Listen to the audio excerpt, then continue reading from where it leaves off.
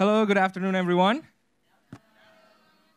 Welcome to Ad America. My name is Anton. I'm one of the e-guides here. If you have any questions, feel free to ask me or the other e-guides outside of the performance area. Is it anyone's first time here at Ad America? Okay, since we have a lot of newcomers, Ad America is an American center here in Jakarta where we share a lot of information about the United States through our events. Here are some of our upcoming events. On Friday, March 13th, from 6:30 to 8:30 p.m., we are going to host a performance entitled Shoes, live music, silent film with Angela Lopez featuring Bonita. So if you would like to experience a new way in enjoying a movie, you can come to Ad America tomorrow night at 6:30, and the event will end at 8:30 p.m. We also have a free service here at Ad America. It's called Education USA. If you would like to pursue higher education to the United States, you can come to Ad America and meet with our Education USA advisor. We have two Education USA advisors standing by, called Santika and Fina. They will be more than happy to help you to plan your study to the United States. We're open every day from 1 p.m. to 9 p.m., except on Saturdays. We're open earlier from 10 a.m. to 9 p.m.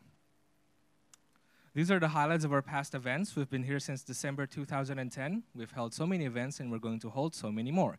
If you would not like to miss information on our upcoming events, you can become our member by going to our website at www.adamerica.or.id. Click register, enter your name and email address, and then you'll officially become our member, which means you'll be getting a newsletter once every week containing information about our upcoming events. Ad America is also on social media. We have a Facebook account, a Twitter account, an Instagram account, and we also have a YouTube channel. So for those of you who still tweet, you can mention us at Ad America and use the hashtag Ad America, and your tweets will be shown on our live tweet wall on your right side. And now, to make sure that Ad America is a safe environment for today's event to happen, we would like to remind our visitors to greet each other with contactless greetings, and we also would like to remind our visitors to use hand sanitizers frequently, and if you're feeling sick or having flu-ish symptoms, we recommend you to use face masks.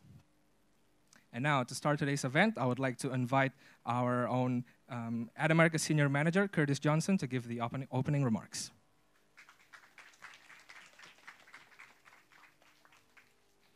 Selamat sore. Good evening. I think you guys are more excited to be here. Can I say here, good evening? Well, thank you all for coming. My name is Curtis Johnson, and I'm the Senior Manager of Ad America. Welcome to Ad America.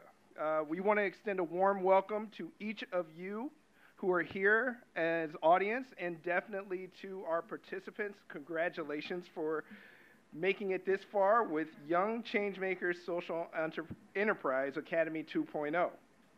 We are definitely, thank you.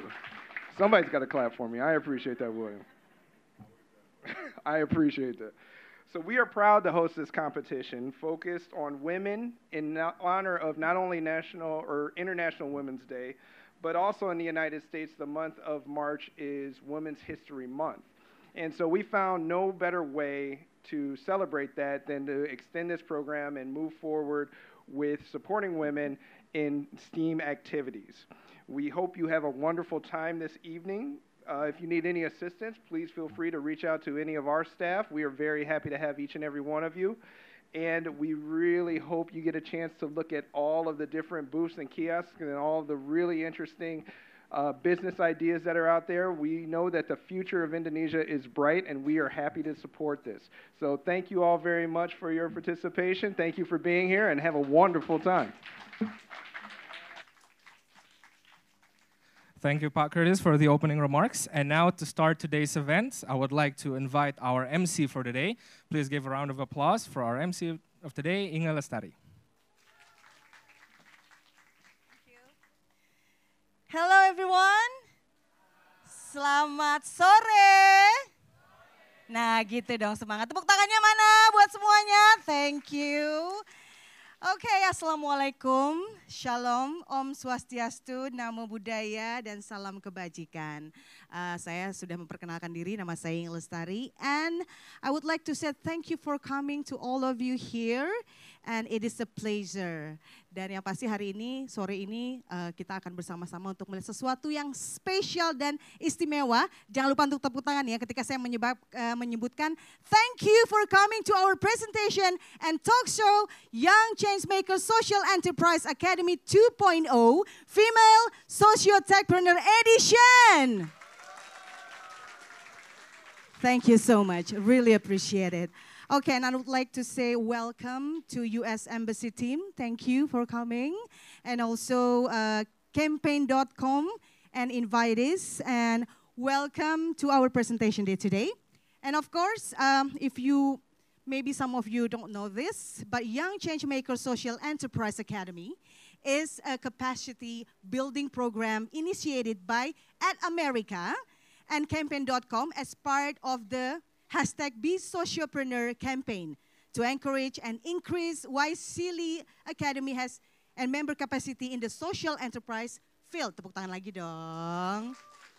In the first edition conducted in early 2019, the YCSE and the Academy has received 105 media mention and more than 1.5 million impressions on social media. And this year, got this, we got 216 applications from 22 provinces in Indonesia. Okay, dan untuk langsung saja kita biar agak cepat waktunya ya. Without further ado, we would like first to thank you our awesome partners. YCSE, thank you so much. Our coaching class partner, Alpha JWC Ventures, bootcamp partner, Social Innovation Acceleration Program atau SIAP, community partners, Girls in Tech Indonesia, Kinara, and Exidik. Tepuk tangannya lagi. Our media partners, Good News from Indonesia, HIPWI, Medcom.id, Ultimax, Kompas.com, Metro TV, and 103 Pop FM. Tepuk tangannya lagi dong. Yeah, and also, this is very important. We also would like to thank you for the support from Artemis Impact, Dale Carnegie, Femometer by Ofutes, General Electric Indonesia, Group W, Great Giant Food, Gunung Sewu Ventures, Carla and Willis Tower Watson. Tepuk tangan lagi. Terima kasih untuk para supporter untuk hari ini. And also, this is very important. Please also give round applause and support to all top 10 participants of Young Changemakers Social Enterprise Academy 2.0 Female Socio-Techpreneur Edition. Ya, kita sebutin satu-satu ya. Akar Studios, Darah Kita, Gesture Linguistic, Gumi Bambu, okay, Inovastek. Yes. Terus pakai gini dong. Set gitu, oke, okay? Ya. Kemudian tadi sudah sampai di mana ya? Oke, Inovastek, Kampung Marketer. Gini dong. Oke ya. Kalau disebut gitu ya. Oke. Terus kemudian Menganyam Pesisir. Ya, tepuk tangan di sebelah sini dong juga nih buat yang sebelah sini ya. Oke, terus kemudian ada Moi Papua. Nice. And then ada Nikoa Coklat. Nice. And Spyroom. We just like Abang Noni Jakarta pageant ya with this move. But this is cool. Once again, tepuk tangan untuk kita semua di hari ini. Okay, this is very important also.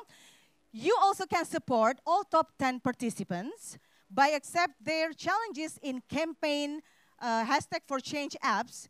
Your one action means you also donating 5,000 rupiahs for them and get merchandise from us if you complete 10 challenges. Okay? Siap. Okay, baiklah. Alrighty then. Today is the final for all 30 participants of Young Changemakers Social Enterprise 2.0.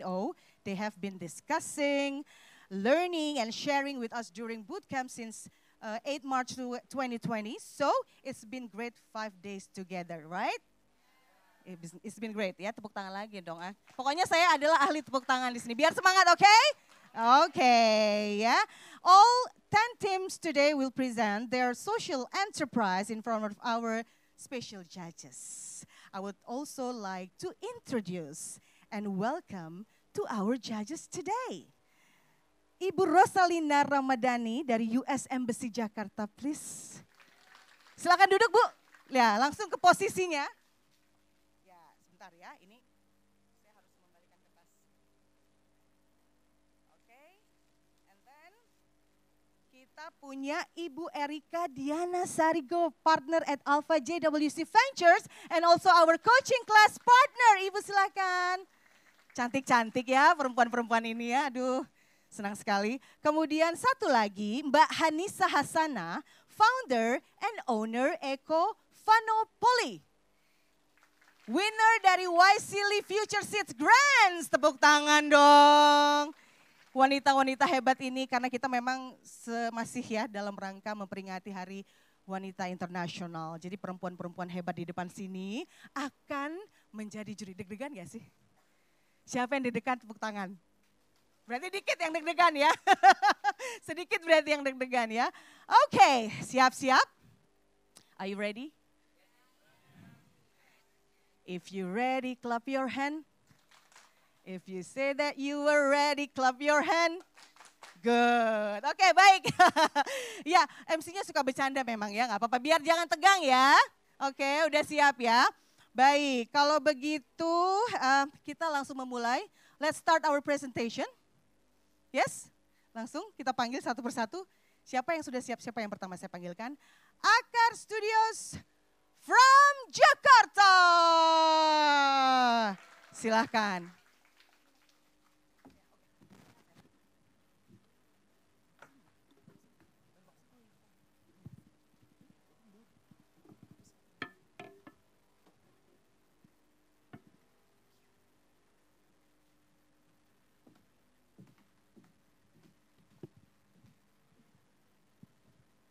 So good afternoon, everyone. First of all, we like to say Happy International Women's Day. And for the first start, I would like to ask you, anyone here is wearing any shirts today? Okay, great. So do you know that actually the clothes that we wear, in order to produce that, it uses 700 gallons of clean water, which is equal to almost around the water that we've been drinking in the past 4 years, for 8 cups per day. And let me ask you again one more time, who had been recently clothes shopping this year? It's only March, but hands up. Okay, so how many was it? 3, 5, more than 10? Okay, I did as well. But most important thing is we need to realize that we keep buying more, and we don't really being mindful about exactly the consequences that we made in every choice related to fashion consumption. With that being said, I would like to ask you, have you ever considered to slow down? Have you ever thought about opting a slower pace of consuming fashion? And we are here from Akar. We are actually asking you to join us in supporting us to provide the solution for opting a more sustainable options, which is the sustainable fashion. So a few years ago, I was actually visiting my friends. She was a designer back then, and then I saw a pile of clothes at the back of the room, and I was just asking her, was she going to do something about it? Was she going to actually make something up about it? And sadly, she wasn't sure what she was going to do. She just told me that, oh, it was my dad's stock since 3 years ago. So it's been there, piling up. But when I take a look at it, it was a perfectly okay dresses. It was perfectly okay clothes. So why don't you just resell it? So why don't you just circulate again what you deem as waste? What you deem as something undervalued, as unuseful. And then I thought about some of my friends are, that I knew back then that would be more than willing to just wear those dresses in a much affordable prices. And that's when I thought and talked to my team right now here to actually develop our first trial product of Akar, which is the aim is to mediate the local designers that stock for the better use. So that's all. Namaste.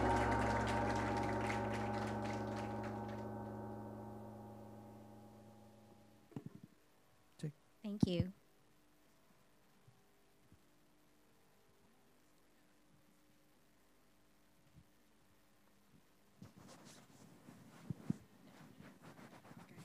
All right, yes, thank you, Akar Studios, for the 3 minutes pitching.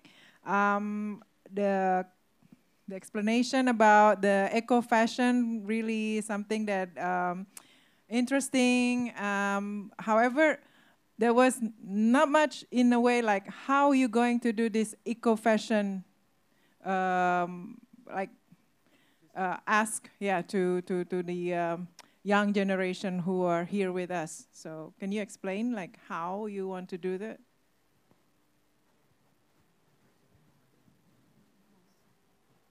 Okay. Okay. So Akar aspired to be the ultimate sustainable fashion network platform in Indonesia. So what we are looking at it is, in a way, we are being the connector.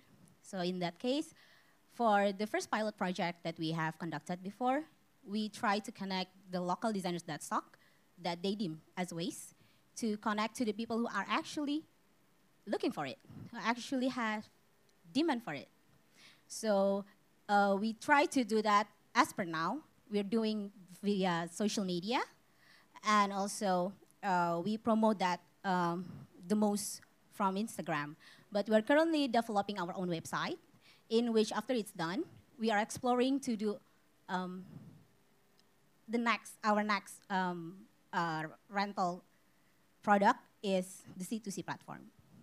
So we are trying to really make use or optimize the idle clothes that people seem to confuse on what to do with the clothes that they have but they no longer use, or they are currently being idle, and then we can help them to actually earn something from it by connecting it to other people who actually look for it or who actually probably needs it. And to add some more questions, to add some more information about it, actually, the dress that my partner's been using, it's been created by herself. Anyway, she's a Paris graduate of École de Mode, Supérieure de Mode. It's a fashion school in Paris. And it has the price of 3 million, and you can just rent it for just 300K. So it's like 90% discount. So, you know, everyone loves discount nowadays. Like, who shops because of the cashback and the, you know, the discounts and everything. So I believe youngsters can spend less on their monthly budget, but they will keep being fashionable. Thank you. Okay, so I understand that you are a rental platform for the eco-fashion, right? My question is, so speaking about platform, there's a demand and supply. I understand from the demand, from the supply side, you will be working with a designer who can provide that. So speaking from the demand side, who is your actually addressable market? So whether it's all female, what segment, and then what is your good strategy to achieve number of the demand?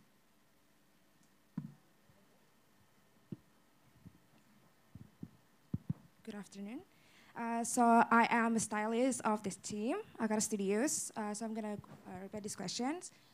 Actually, we're targeted market at female around 23 until 35 years old, and who is like really fashionista and then like really like shopping. And also for a high demand, we tend to buy more clothes, more like for me myself, I choose clothes for Akar. It's for mostly style that is timeless and soft color, so that people like women for all over gender type can still wear it. So, and also we have a new collections every month, and we out every 3 months of a lookbook. So basically, we buy some more clothes from stocks from designers, and then we just run it to the customers. Okay, and to add some more information as well, we've been starting our soft launch since 7 months ago, and we start with a very, very slow pace. And up until now, we have already refrained 100 purchase of a new clothes. And we've been working with 12 designers already. And we believe that the market has been validated and it's gonna keep growing and growing. Thank you. Okay, so my question is, have you mapped your competitors? Like who's your existing competitors? And if you have some of that, what's make your business different than the other competitors? For the current competitors for our first product, mainly we can name Style Theory and then Rantic. So we can say that our competitive advantage is we are partnership with the local designers. So what we aim to do is actually making the local brand owners or the local designers who had that stocks can come forward from being unseen to be seen and from being unheard being heard. That's what we think is our core value here. And what makes us gonna be really, really different from we don't call it competitors because we are in this together. We are gonna make the sustainable lifestyle a big thing together is the business model. We're not just gonna run the dress. Our next plan would be we're gonna work together with all the players in the industry such as fabric makers, tailors, customers, and so many other stakeholders that we will engage together to make sustainable fashion a big thing. Thank you.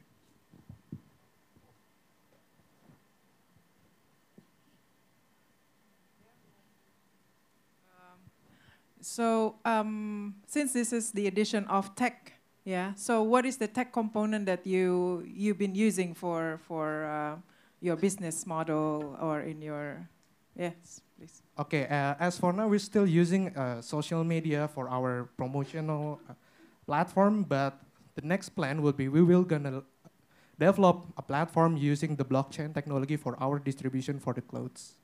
Thank you. Thank you. Thank you.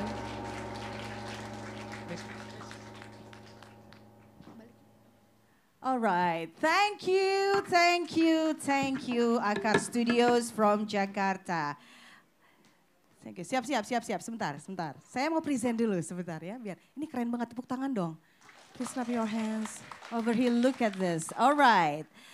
Okay, participant, once again, we'll have 3 minutes for a presentation and then 7 minutes for questions and answers. Participant also will be helped by Alia Marsha for Q&A translation if needed. So, please welcome once again, Gumi Bambu from West Lombok, is Nusa Tenggara.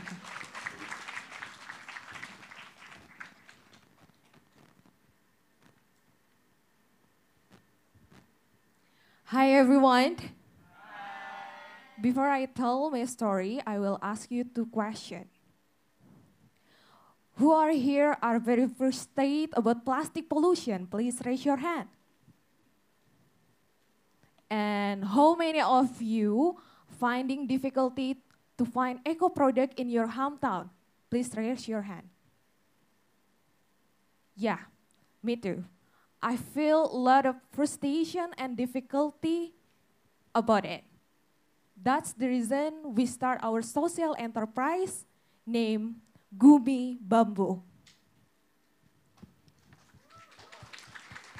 Gumi Bambu work with local women in Lombok to produce eco product using local resource such as bamboo straw like this and bamboo cutlery like this. Simple. Why this happened? It started 3 years ago when I and Julie tried to meet Mrs. Mahuni, who is a bamboo crafter, to help us to make bamboo straw. But during our journey to her village, we find a lot of women and children do stone breaking in the side road. And sadly, they're only paid less than $1 per day, and also the mining side of the stone was illegal. So if accident happened, no one will help them at all. So after several meetings with Mrs. Mahoney, we asked her to collaborate with us to give better and several livelihood alternatives for these stone miners. For 3 years, we already conducted 3 business activities. First, designing eco-product based on F&B industry and local resource. Second, do skill training and also recruit as many as women that we can. And third, provide easy access to F&B industry through our platform, gumibambu.com. From that, we already have access for Indonesia and even 14 other countries. Yeah, as we know, the F&B industry is the biggest industry non-oil in Indonesia, and into 2030, Indonesia will ban single-use plastic. Thus, Gumi Bambu, we think that we are one of the solution for that. We are Ayu, Ika, Julie, we are Gumi Bambu, we empowering women with plastic-free ocean. Thank you. Thank you for the inspiring presentation. So my question is that your product is designed for the F&B industry, right, rather than the end consumer. Yeah. Oh, okay. So we have seen a lot of similar product as well, right, in the market. So when you market your product, what is your unique selling proposition that you're bringing to the market? Whether you have overall better quality because it's directly from bamboo, or you are selling the aspect of how it's making, the Lombok aspect, the women in Lombok aspect. So what is the unique selling proposition to make you be able to compete with this similar product in the market? Okay, so actually for now, our targeted market is outside Indonesia, who really put interest or focus on fair trade. So we tell the story to them and give them like picture, not only the story, beside that, the easy access via our website also become the main reason why we, the small business, can reach 14 countries until now. And the last is because our business target is F&B industry, we receive customization order where they can ask like how long the straw is, and then if they want to be engraved with their brand, because for F&B industry, branding is important. I think that is 3 reasons why our customer and our loyal customer keep ordering from us, because first, the fair trade, second, the easy access, and also 3 of us also speak English very well rather than the local producer. And also third, we can do customization working together with designer in Lombok so they can sell their brand also. Thank you. Okay. So your business basically like B2B, right? Or Yes. so like, for example, you offer to the hotels and restaurant. So like, may I know like how do you get the, like how much percentage of, like for example, you produce this and how much percent you get like as a profit? For the profit, usually is less than 50% of the price. Okay. Yeah. Okay, so Because we need a lot of cost for the material, for example, bamboo, coconut, and more, and put a lot of attention to pay the women, so they will not go back as stone breaker anymore. So you include, I mean, the workers will be included as the, what is it? Like the salary is part of the production cost, right? So and like you pay them, I mean, the cost is inside the production cost, right? Or you Yeah. just share, like for example, you get 1,000 order and then like 20% is the profit for the women and 20 for your company, and so how does it go? Okay, so usually like it with the Mrs. Mahoney, the one that I said before, so she managed the women group, the materials, and also everything that related with operational costs, beside the branding, will be managed by her. And mostly like 67% will go to her, and the women that until now there are 50 will be paid based on what they're working. Not everyone working the same thing. There will be like task, like maybe only cutting, maybe only the sanding and everything. Because if they have to work from morning until night, they don't want to because they have to take care of their children. It's better for them to work from home, doing something very easy. Thank you. You mentioned like you're just now, like you're targeting more exporting it outside Indonesia. However, you mentioned also like how many of us are having difficulty to find local product in our surrounding. So this is kind of like, you know, like you actually pitching that for us locally. So how do you want to help the local to understand using local products and ecological products? So this is the main reason also we come here to introduce Gumi Bambu, because we are living in a touristic area. It's easy for the tourists come to our place and let them see our production sites. So the main reason we're coming here is we want to introduce that is in Lombok we exist and introduce to you guys that if you are come to Lombok, so we're so welcome as well.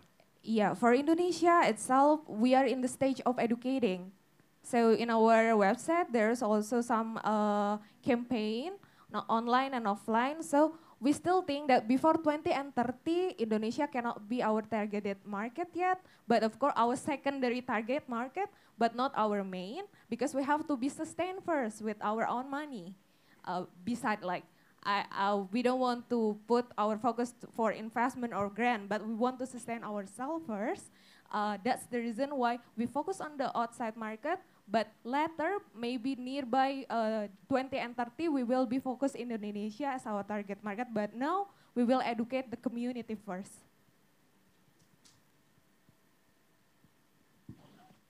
How you ensure with the quality, consistency of the product, given the manuality of the process?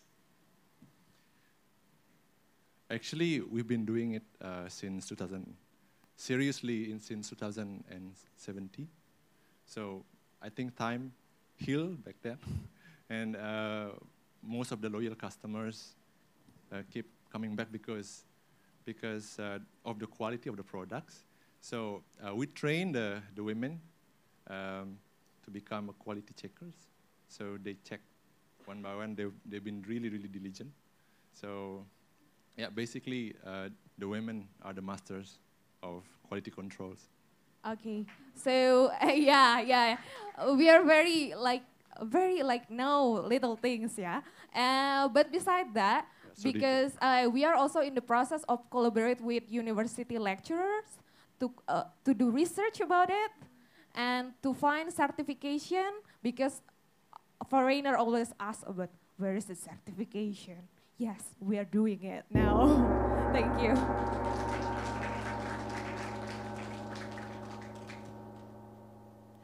Oke, thank you once again. Tepuk tangan sekali lagi. Siap-siap, semangat. Oke, siap-siap untuk ke atas panggung. Ready for the stage, this team. Spy Room from Pontianak, East Kalimantan.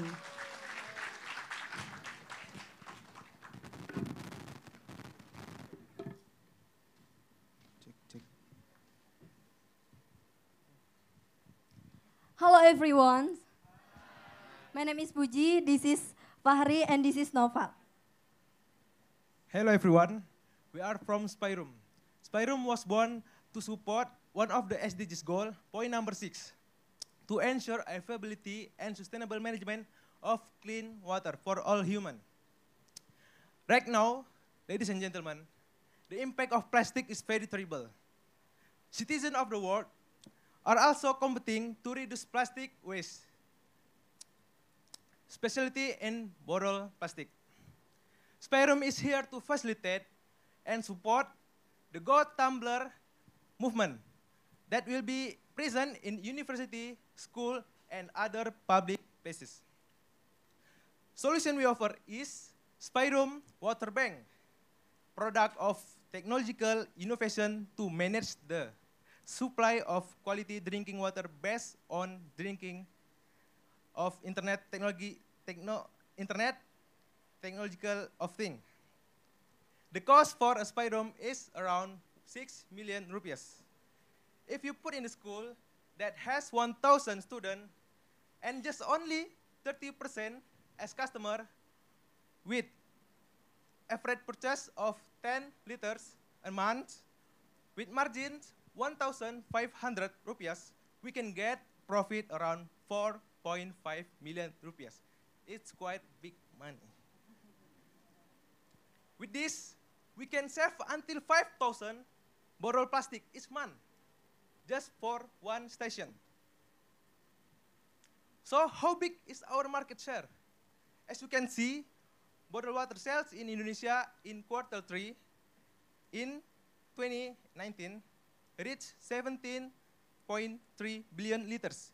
If we can acquire just 10%, that we can get 2.6 trillion rupias. We also empower small micro business with that produce mineral water, which will be integrated into the drinking water management system. If you love environment, please bring your tumbler. Okay, thank you. Any question?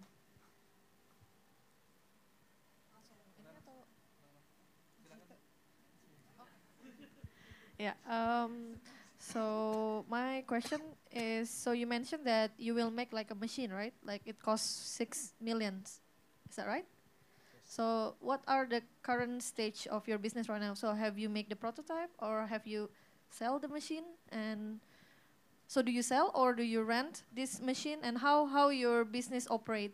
So you come to school and you offer this machine, so then you can install that, and then the students can take the water from that machine and they pay. So how's the business running?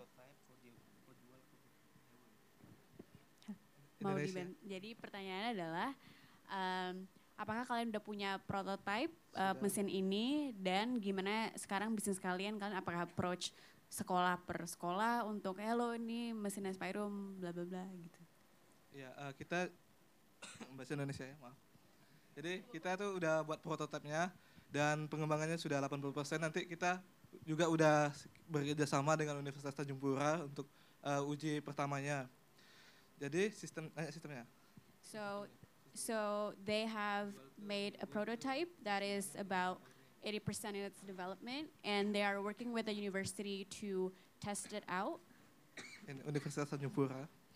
Dan kemudian sistem tersebut digunakan memiliki sistem Internet of Things untuk mendeteksi status air. Jadi biasanya kan kalau dispenser tuh otomatis manual kan. Ini otomatis jika udah mau habis isinya tuh ada dari mitra kami dari UKM yang akan mengisikannya with teknologi.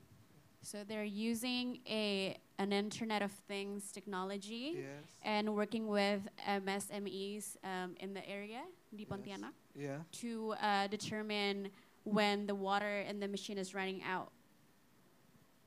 Okay.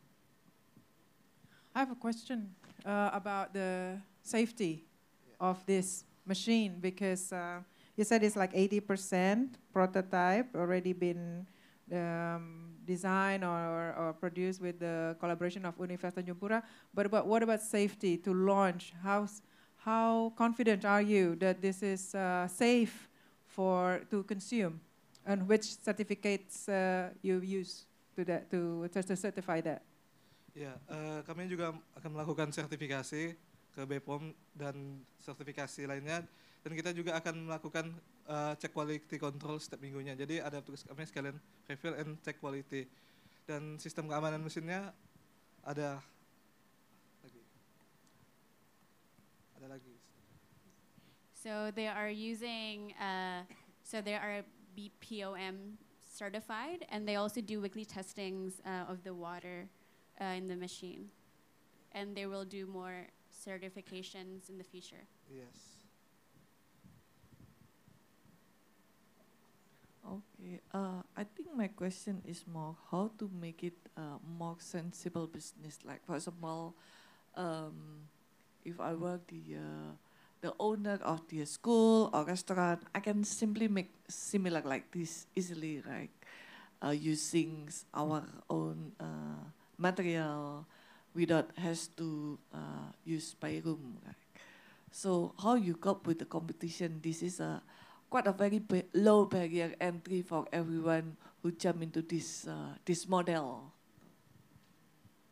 Jadi pertanyaannya adalah sebenarnya kan cukup mudah untuk semacam melakukan something yang kayak seperti ini di sekolah-sekolah sendiri pun mereka juga bisa bikin water station sendiri contohnya. Gimana cara kamu mengatasi kompetisi-kompetisi ini karena menurut Ibu Erika bisnis ini tuh gampang diduplikat gitu modelnya, bisnis modelnya. Oke. Jadi di sistem kita tuh jadi kita tuh juga menyediakan sistem untuk manajemen air. Jadi itu nggak cuma hardware, tapi juga dikembangkan oleh software. Bisa pakai AKI. Ya, dan kita juga melindungi hak cipta tersebut. Jadi tidak semena-mena orang itu bisa menduplikasinya. Kemudian bisnis modelnya, bagaimana bisnis modelnya? Jadi itu modelnya itu kita menggabungkan UKM-UKM penghasil air minum bersama kami, kita mendistribusikannya. Jadi kita mengintegrasikan UKM itu untuk penjual air tersebut. Okay. Lebih jelasnya. I'm gonna try to translate all that. So they are working on the hardware as well as the software for this machine. So they're hoping that it won't be as easy to duplicate the system itself. But on the business side, they are working with MSMEs and integrating them, and we're talking about MSMEs that produce drinking water, so hopefully they can work together and empower them as well.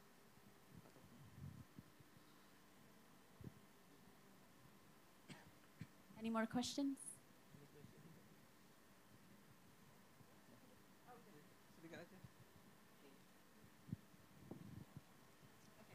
Thank you. All right, up next, please come to the stage Nico Coklat from Magelang Central, Java.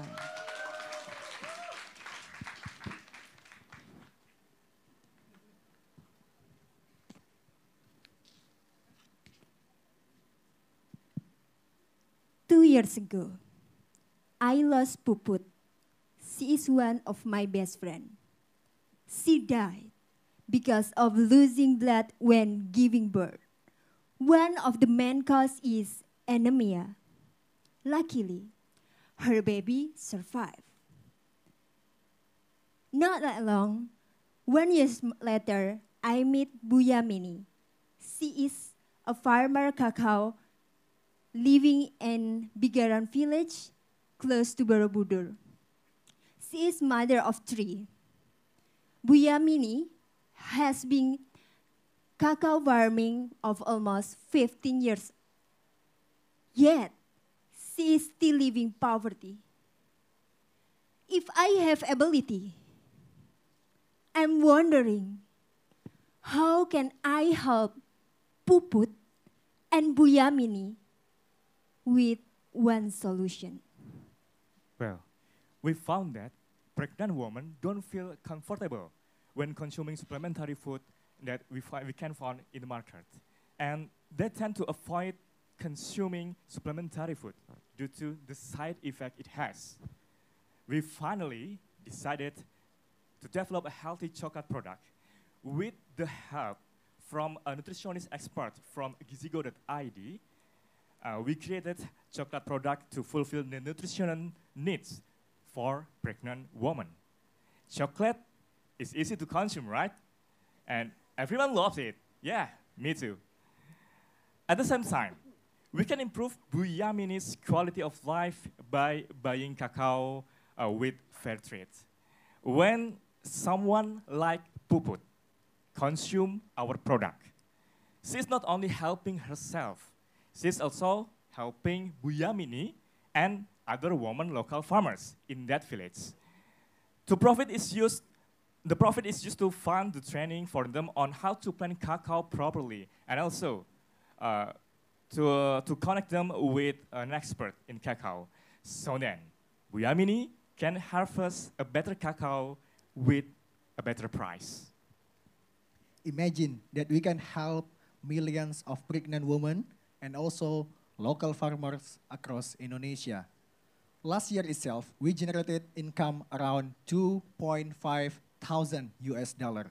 So we believe in the next 3 coming years, with our healthy line product, we can achieve at least 1% of total chocolate sales in Indonesia, which is now currently around 7.8 million US dollar. So we hope that with our product, no more babies will lose her mom again. And also, we can provide a better life for farmers. Together with Nikoa, let's create healthy chocolate culture. Thank you.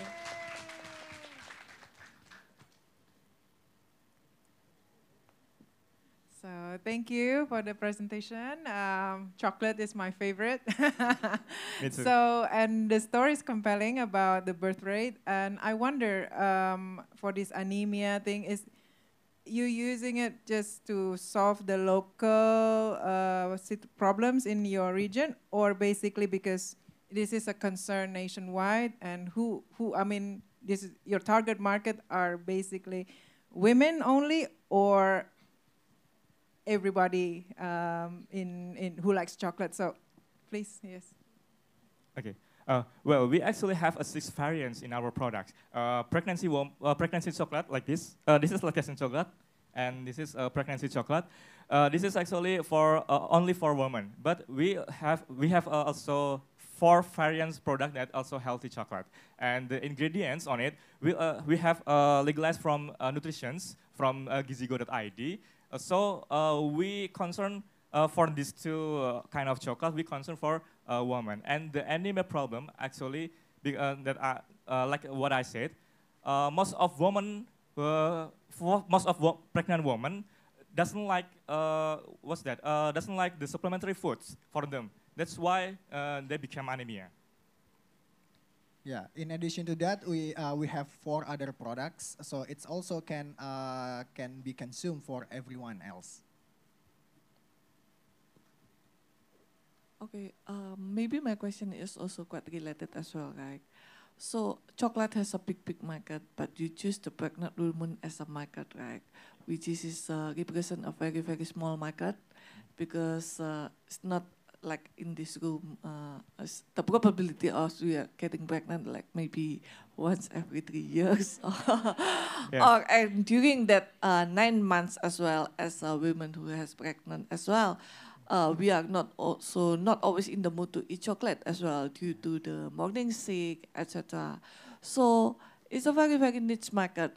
Well, when you make a production, of course you have the expiration, right? So how you cope with this kind of inventory turnover with the market, with the sales that's it's not like a big market as well. Jadi pertanyaannya adalah sebenarnya kan untuk dua varian coklat kalian kan spesifik ke ibu hamil. Okay. Yeah. Jadi gimana caranya kalian deal with market yang kecil itu? Okay. Yeah, actually because we have 4 other products, so these 2 variants are only targeting specific women, but also we have other chocolate. So that's our chance actually. Yeah. And And actually, we have 4 variants of our product, not only for a pregnancy woman or for a woman who have a baby, but in the future, we want to explore more and to develop more with our partner in gizigo.id for the nutrition needs for more people for creating another healthy chocolate product. So not only 6 that we have right now, we hope we will providing a lot of healthy chocolate products. And we also understand that the market size, it's quite big. So we start with a single step by step. And then we believe that this step will be sustainable for a long time. Dan kita sudah melewati MVP dari produk healthy produk yang untuk pregnancy dan lactation. Lalu dalam dapur kami sedang mengembangkan coklat untuk imunitas tubuh, untuk bayi dan juga dewasa, balita dan dewasa, dan juga untuk orang-orang diabetes. Karena di sini banyak sekali peminatnya orang-orang diabetes tapi mau konsumsi coklat dan kita kasih alternatifnya, seperti itu. Jadi fokus kita ke healthy coklat product tapi kita mengawali dengan lactation and pregnancy coklat. This is just our beginning. So the answer was that they've gone through an MVP process, and their chocolate is also healthy for people with diabetes and toddlers and adults. So their target audience is actually larger than just pregnant women and lactating women. So where do you sell the chocolate, especially for the pregnancy, that version, the one that you? Okay, for now we are still selling this all of our product, including this one, in social media, in Instagram, and also in marketplace marketplace Tokopedia and also in Shopee. And do you do offline as well, like probably like selling in the hospital, like you collaborate with the doctors and they can give some prescriptions? Well, okay, we have a planning. We have a planning that in the future. There are also a supplementary food that always providing in the puskesmas for a mother who pregnant. So we want to be an alternative that biscuit that's selling in and that providing in puskesmas. And in addition, for your information, Mas Hans also working in Ministry of Education. So Health. Sorry. Ministry of Health. So he has access for that. And also, currently, we are in talking with organization like USAID for that program. Yes, we want to providing this for more pregnant women, especially who have a problem in anemia. Okay. So one last question: how much do you sell that for each chocolate? How much the price? How much the retail on the price? Yeah. Yes, 33,000. 33,000. 33.000. Yes. 33,000. And the weight? Rupiah. Beratnya berapa? 90 grams. Okay. 90 gram. Yeah, thank you.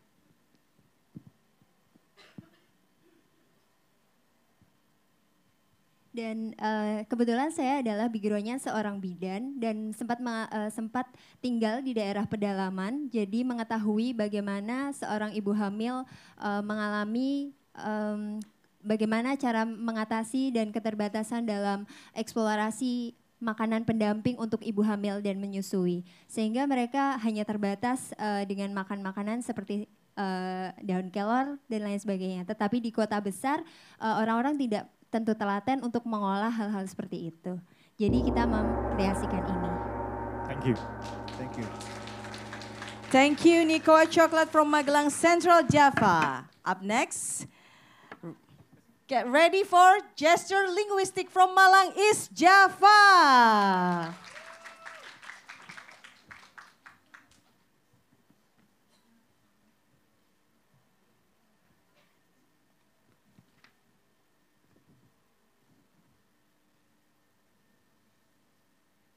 Hello, Changemakers. Are you feeling happy right now?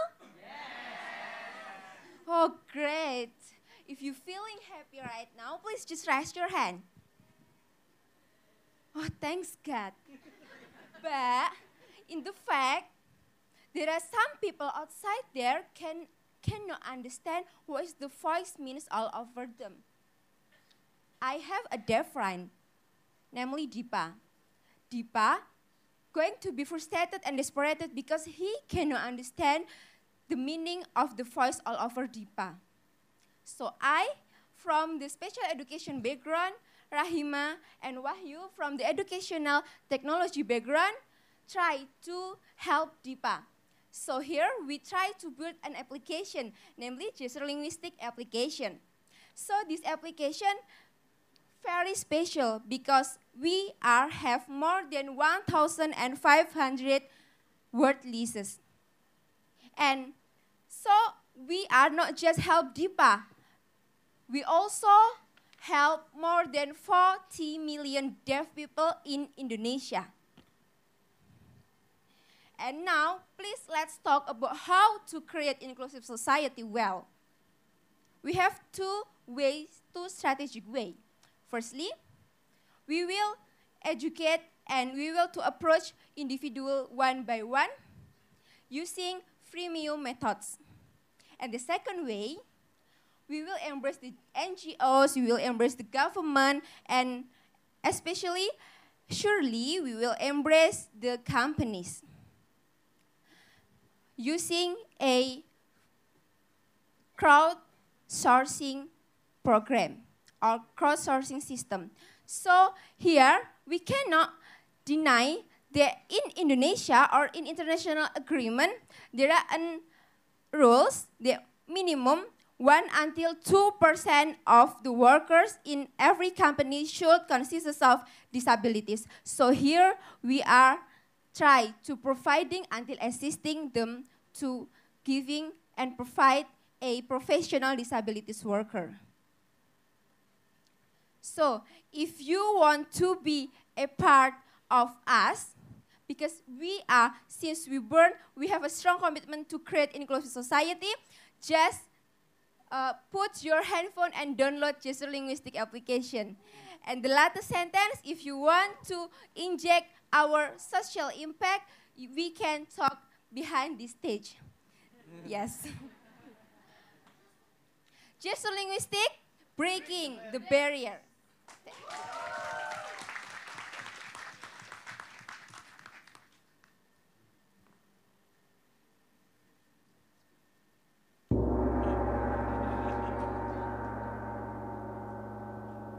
Okay, thank you. This is a very noble movement. So my question is, how is the applications works? So do you provide how is the mechanism? So for example, like I know someone who may want to learn about this. So it is a learning platform or how, like what it is, and then whether this is we have to pay, there's a subscription fee, or this you treat this like a freemium kind of application. How is the model? Yeah. Thank you for the question. Here we have the first of our feature. You can translate here in a sentence or more. And the second, we have very big word lists. You can access all of the 1,500 word lists if you purchase about just per year, you just purchase 10,000 rupiah. Yes, 10,000 rupiah. But if you are not purchased, you can access but just 10 word lists.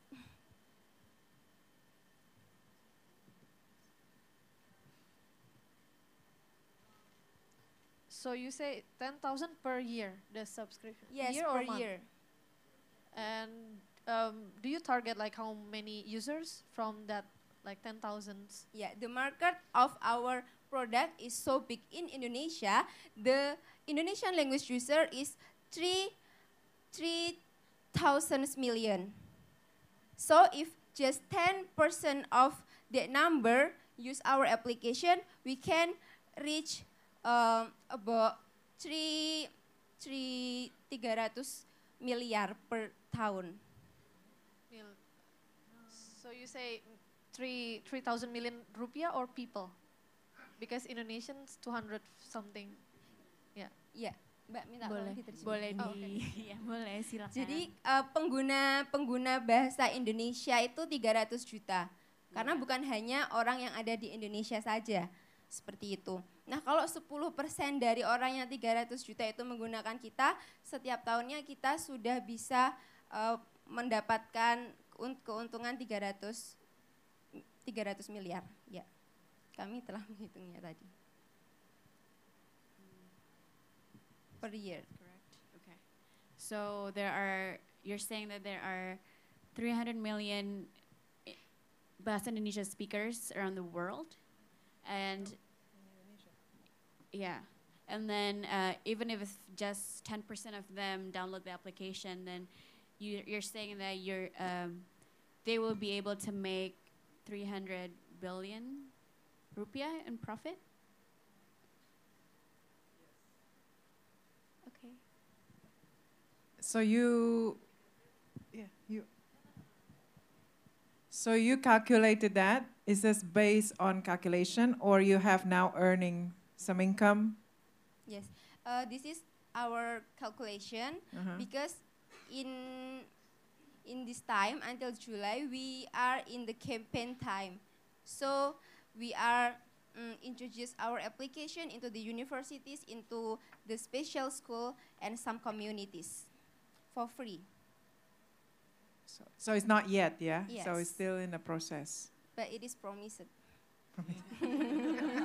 Yes.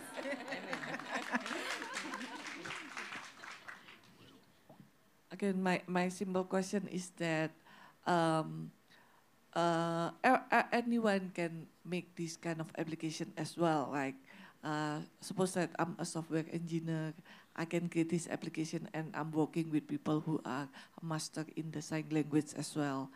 And perhaps that they can make a similar application. So how is your defensible strategy to gain market share, to make that you are the top gesture linguistic application?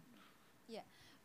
Besides we approach to the government and the companies, we also here in Indonesia, we are the very first models to translating sign language. You can compare in all of the Play Store or iOS. We have not the same sign language application translator like this. You can translate more than a sentence all in once. So kalau misalkan di aplikasi lainnya itu cuma bisa satu kata saja. Tapi kita di sini langsung bisa beberapa kata. So if you want to cover a song for fun, you are not need to repot seperti itu.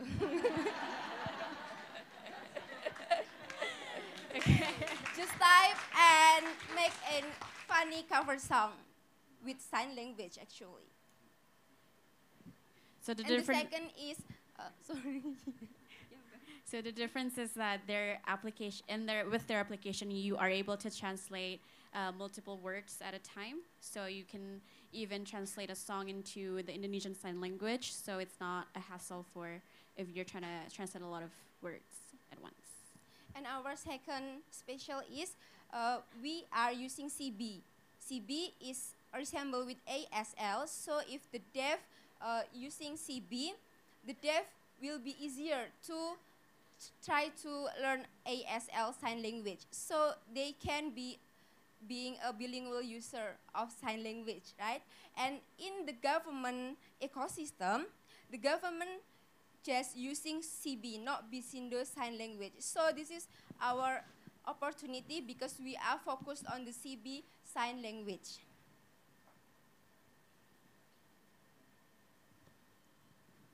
Okay, so you will the content will be made by your team, or you will open like kind of like platforms so the users can also share their content? Or I was wondering if your application is like a YouTube as or no.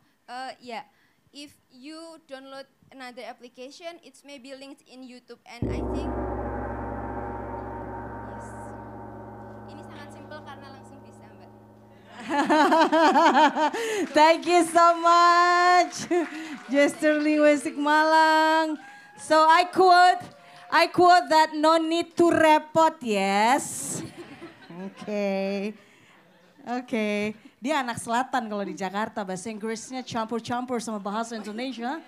Alright. Thank you so much. Okay. I just want to say from my personal opinion about you guys, I just want to say that you guys are awesome. Okay. Wow. Wow. I was just melongo every time you guys presenting something, okay? I was just melongo because no need to report, yes? All right. Okay, we already have 5 presenters. And then, if you're ready for presentation, clap your hand. Oke, udah cukup segitu. Ntar ketahuan kalau kebanyakan nonton TikTok ya. Alright. I just want to remind you guys that you can support them by accepting their challenge outside, okay? Jangan lupa ya nanti ya. Okay, one action means 5,000 rupiahs and get merchandise if you complete all 10 challenges, alright? Okay, are you guys ready for another 5 more? Cool. Okay, please give it up for Moi Papua from Sorong, Papua.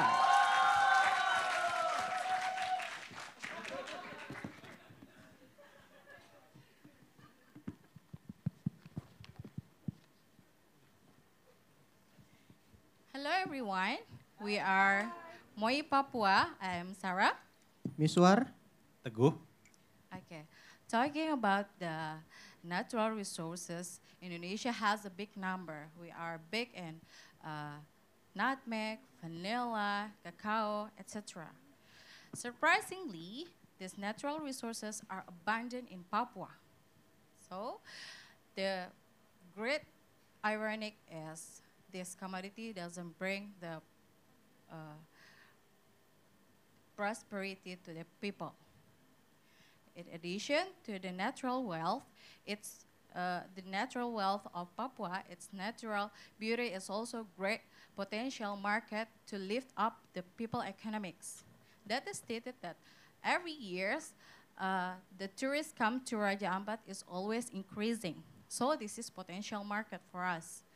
In 2016, I moved from Jakarta to Sorong, Papua with my best in chemistry, and I was 7 years experience as a beauty consultant in Swedish product company. It brings me a big idea how to shape this potential market with the commodity to reach the prosperity to the people. So in 2017, I started learning how to make a natural beauty product, and then I started Moi Papua. So what is Moi Papua?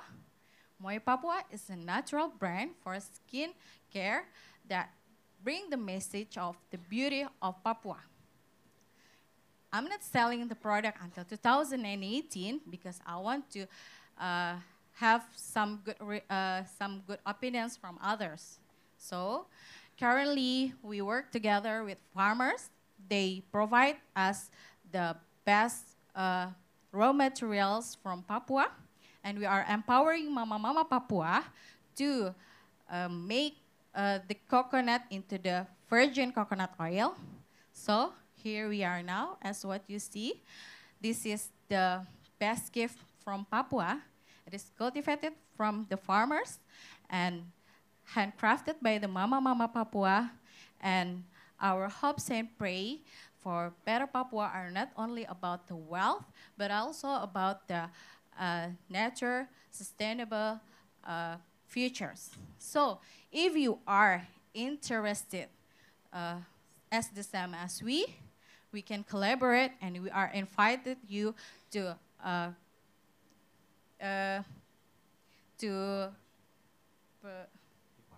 be partner with us. Thank you.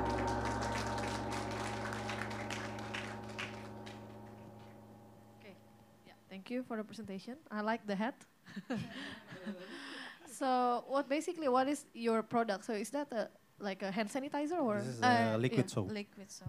Okay, so how many products you have created? Like what the types, like soap, shampoo, probably how many you have? Yeah, made? we have liquid soap, soap bar, lip balm, natural sunscreen, VCO, massage oil. Yeah, we make the basic needs for resort, because we want to reach the resort first and the tourists. This is the easy way how to introduce our product, because these things is general, but we also have the target market. Okay, so what is your target market, by the way? For now, we target tourists.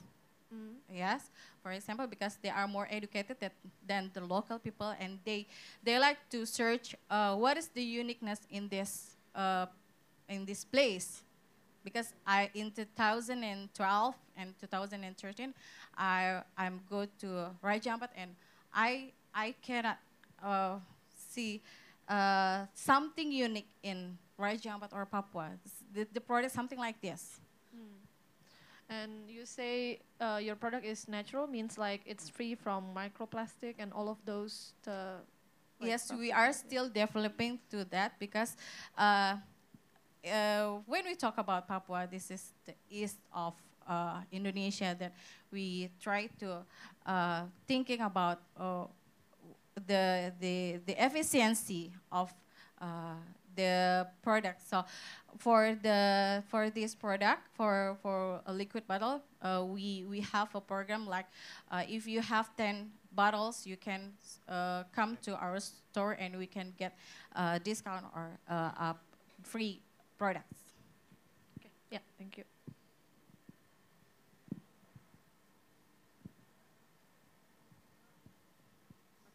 So in terms of developing your products, like skincare, do you actually involve institutions to certify this? Again, my question is always about safety and also like technology. How is this? Do you pretty much home industry, or are you already like into like more massive production, or yes?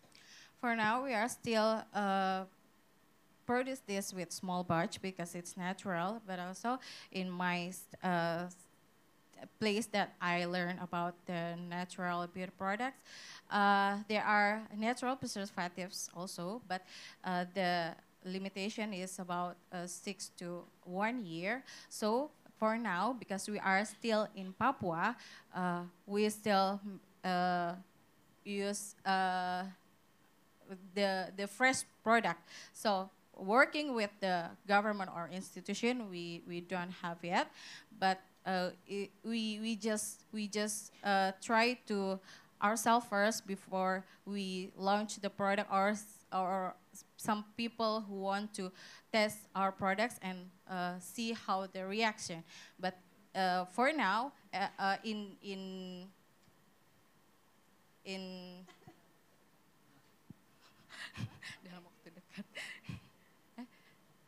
dalam waktu dekat kita mau approach lebih lagi ke BPOM, karena memang untuk small medium usaha kayak kita itu memang agak kesulitan untuk membayar sesuatu yang ditentukan oleh BPOM.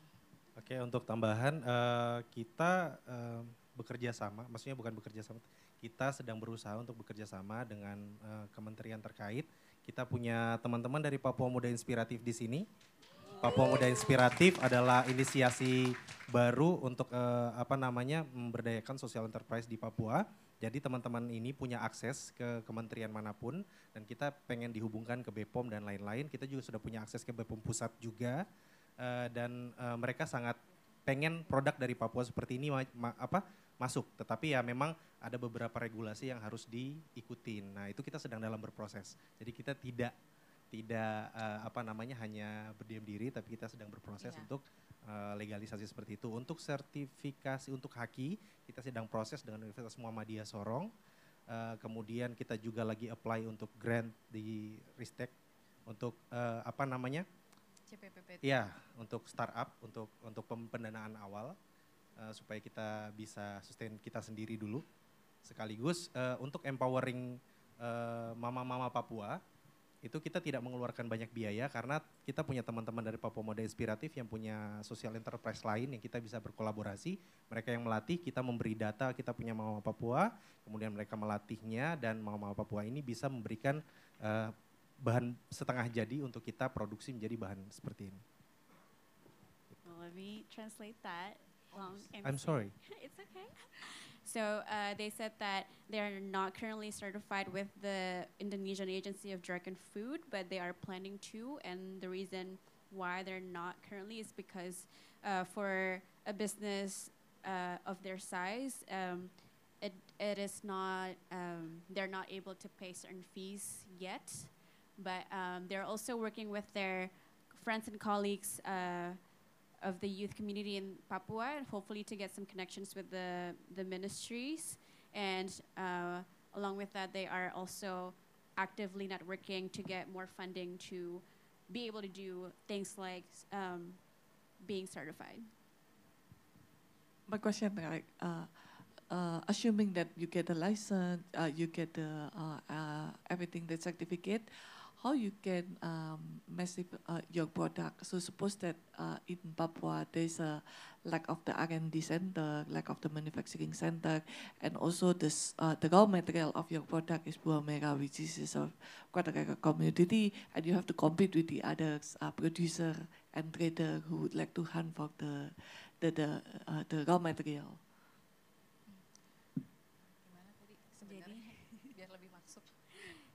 Jadi kan sebenarnya di Papua I'm very sorry. Okay, thank you. You can talk behind the stage. Thank you. Okay, thank you for Moi Papua from Sorong, Papua. Up next, Ino Wastek from Bandung, West Java. Kumaha Damang? Alhamdulillah.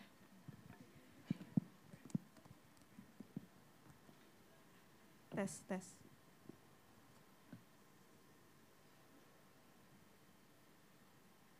I was once meeting this little girl named Tiara in my brother's school. I saw that she has just finished her snacks, and I was amazed when I saw her put all the trash properly in the trash bin. Not long after that, I saw the cleaning officer came, took all the trash from the trash bin, but you know what? He mixed it all again.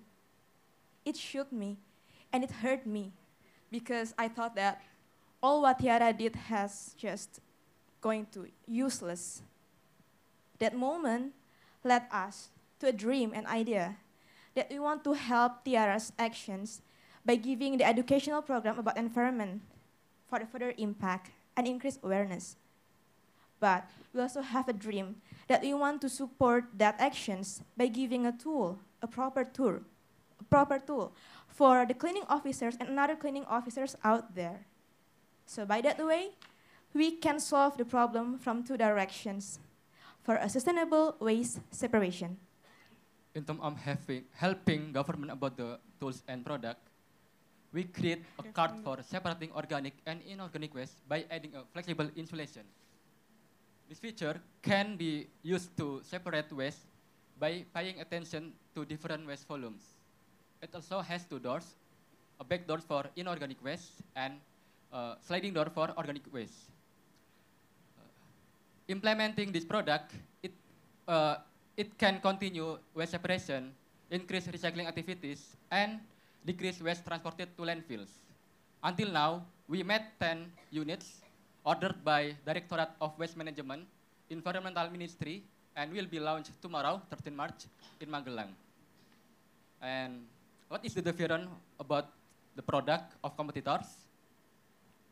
So, I will to tell you about the differentiation of our company to other competitors is we not only focus on the product, but we also conduct an educational program about environmental, because it's the roots of the problem, of the issue, so that we can prevent it all for the future.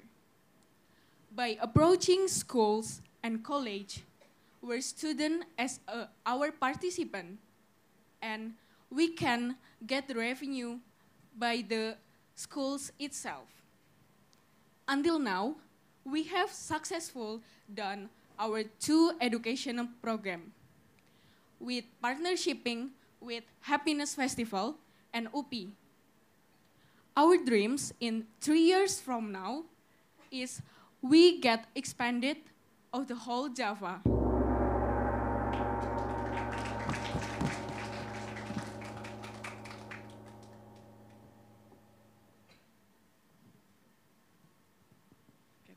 Okay, may I know what is the real product? I understand this is a waste chart. Do you sell this to the household or to an institution who manages a public space? And how much is the product? Okay, so the product itself is actually cards, trash cards. But the usual one actually, but we add some partition into it. Like it is adjustable so that the quantity can be fit in any ways. So we sold it so far to the institution, to the Environmental Ministry of Indonesia. The number that we have ordered so far are 10 cards. And as my friend said, will be launched tomorrow in the Magelang.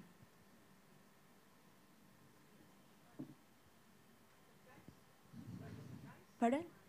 Harga Price, the 4.5 million. The price is 4.5, but the cost of goods sold itself is around 3 million.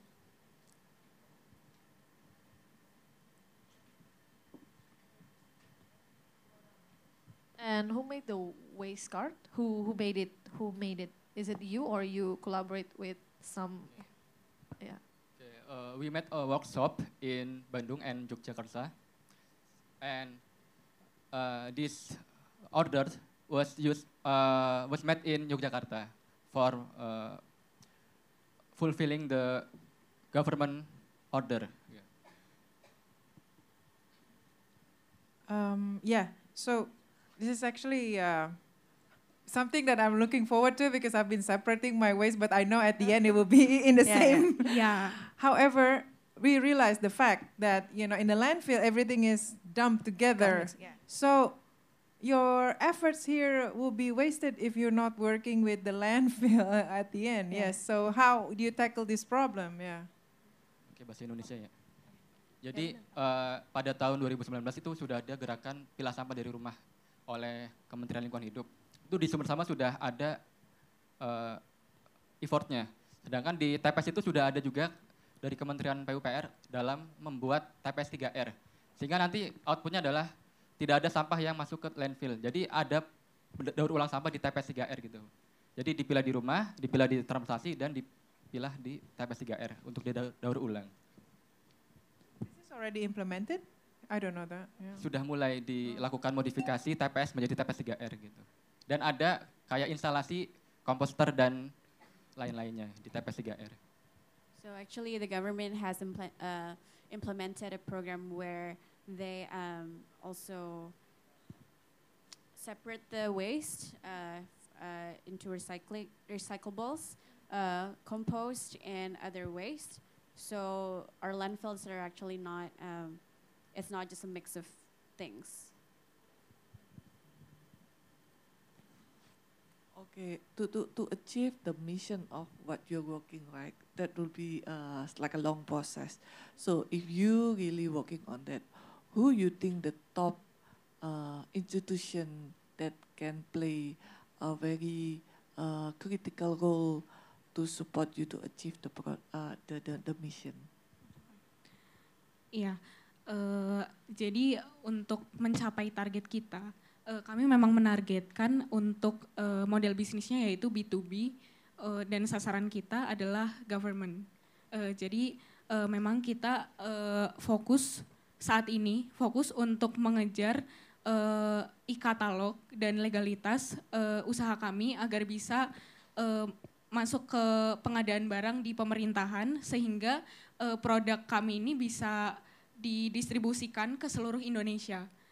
Dan selain itu kami juga berusaha mengejar untuk partnershiping with company yang punya CSR program. So our target currently is the government. So we are working to improve our e-catalog and also the legality of our company so that we can partner with the government. And so CSR program. Okay, so we're also trying to work with companies so we can be involved in their CSR programs.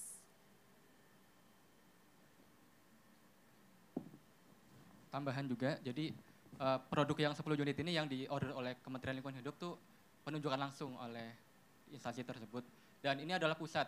Ketika nanti ini berhasil, maka akan di-replicate ke daerah-daerah lain gitu. Itu akan di-launch untuk Hari Peduli Sampah Nasional, eventnya di Magelang untuk besok. Gitu. So our product has been ordered by the ministry itself, and so it's gonna launch in Magelang tomorrow. Yeah. Okay, and yeah. Untuk tambahan, untuk kita mengantisipasi bahwa produk kita bisa replicate oleh kompetitor, itu kami sudah mendaftarkan dan mendapat lisensi HAKI sebagai produk desain produk gitu. Okay. So to anticipate duplication of our technology, we have actually licensed our product. So no copiers. So do you make only one type of product, like just one size of product, or do you have like different kind of? So far, we have the one that, including the ones that have been ordered, it's the usual one, the manual one. But we have also planned for the for the bigger capacity, the ones that being combined with the motorcycle. We have the design already. Jadi kedepannya juga kami juga akan mendevelop produk-produk lain yang terkait lingkungan. Pada saat ini juga akan mendevelop terkait botol collecting machine yang sudah ada beberapa meeting dengan calon vendor gitu. Jadi akan ada produk-produk lain gitu. So we're working on different products that are related to the environment. We are currently developing a bottle collecting machine, and we are in talks with a vendor already. That's all. Thank you. Thank you. Thank you, Innovastek from Bandung, West Java. And now it's time for Yogyakarta menganyam pesisir. Tepuk tangan.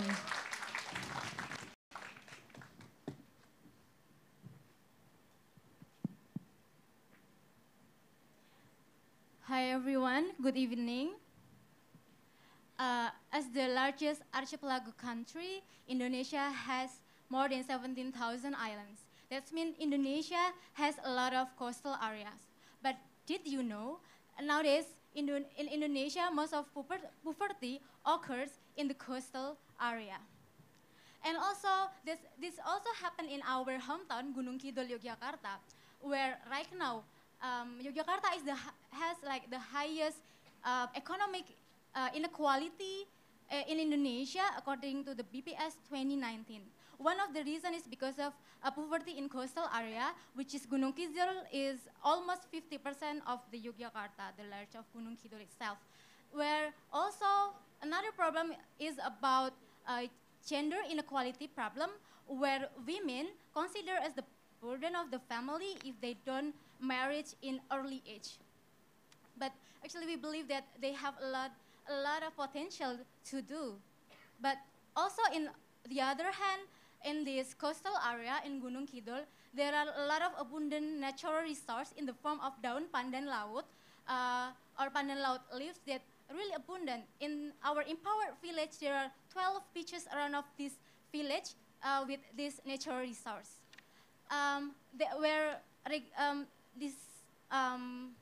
This plant consider as like something that worthless, but we think that it's something valuable. That's why here we are Menganyam Pesisir coming as the solution of the problems, where we are trying to empower these indigenous marginalized women by providing skills training, mentoring, and also entrepreneurship by using this abundant natural resource to be bohemian woven products based on local wisdom with economic value.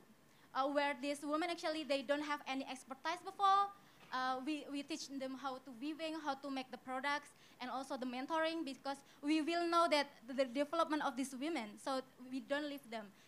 So the mentoring is about 6 months, and also entrepreneurship, we are in partnership with them, so we make collaboration to doing like value added to the products. Because actually like, we believe that the best investment is to invest to people. That's why we invest the training to these women, and here are the products. And also, when women can financially independent, the impact is not only for the woman itself, but also for their family, for their kids, for getting like better life and also better education. So here, my team, Derajat and also Putra, thank you so much. And Menganyam Pesisir, dari pesisir, wanita berdaya.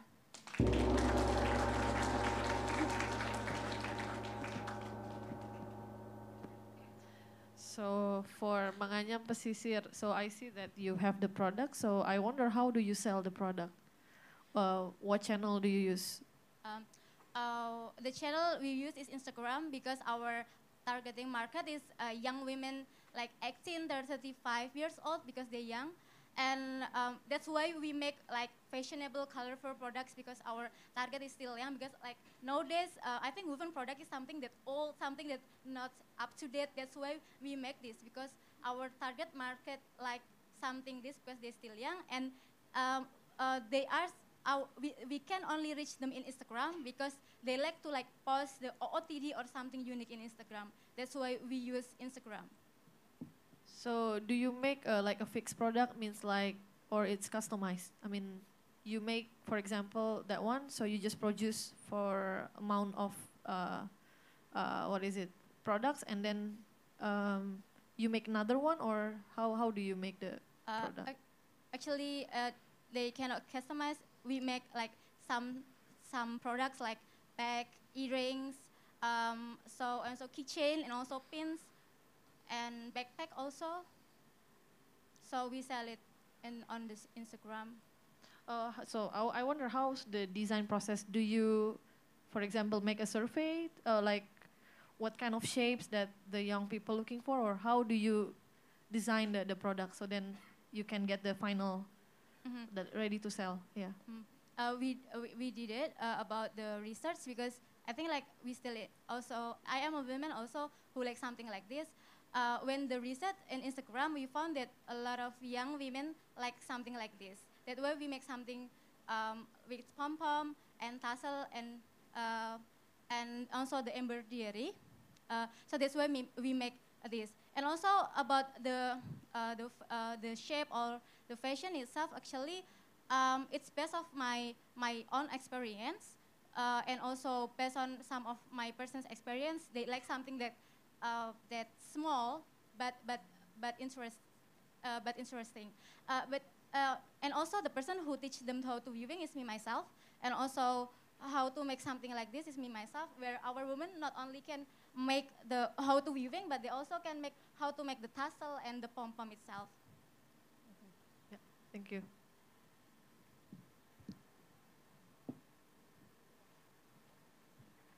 So, how long you since running this? We are officially since August 2018, but before we have doing research in April 2017. Okay, so since so who are mostly your customer based on your track record? Who are they? I mean, you're selling from Instagram, and you also manage the logistic, the delivery as well. So who are your customer mainly, and then what is the feedback that you get mostly from your customer? what they like about the product, what they don't like about the product, how you gonna make the development and improvement for the product. Oh yeah. So based on it, I like the age of around of 20 till 28, like university student. So the feedback is they say that they like the color. So they say that I think it's better to give more accessories on our bags. That's why our product is really colorful, because the target is young women. Do you also manage how many customers that repeating the purchase? Even we right now have a few of it, yes. Some of our customers repeat to buy. And what they mostly like about the product? What the most they like? The most like the product is something like this. Because they like the style. Yeah, because. Okay. What about the price? The price is because of also there is like earrings and also kitchen. It start from 50,000 rupiah till 300,000 rupiah. Okay. Okay. Do you measure how much roughly the margin that you get from the material, from the cost of ibu-ibu? How much is the margin, the profit? The profit is around 50 till 70%. Okay. I think my last question: what is your strategy to make you are able to sell more? The strategy to sell more, I think, is to improving what the customer wants, because we should follow the market.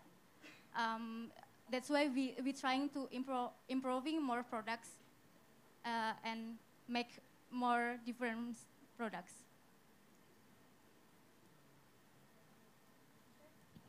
Yeah, just a simple one.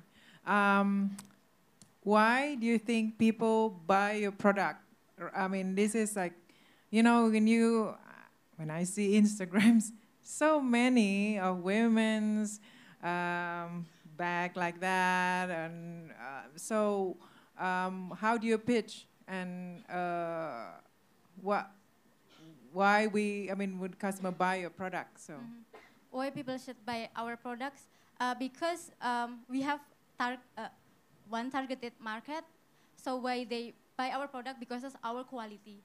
We don't want people buy our product because of like maybe feeling like pity, but we want they buy because yes, I want to buy this because of the quality itself. Even we have a social impact or social problem that we want to tackle. But the most important for us is, I think, the reason why they should buy our product because our quality, we are unique.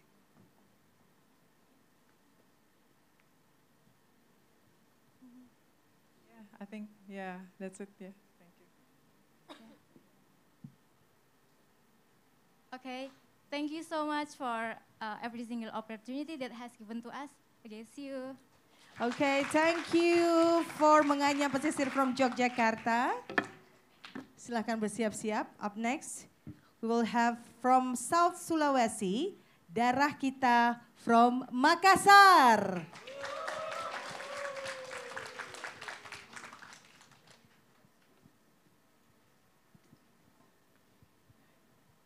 Hello everyone, we are from Darah Kita. Please close your eyes and let's imagine someone you love in your life, maybe your parents, your children, get accident. He needs to undergo surgery.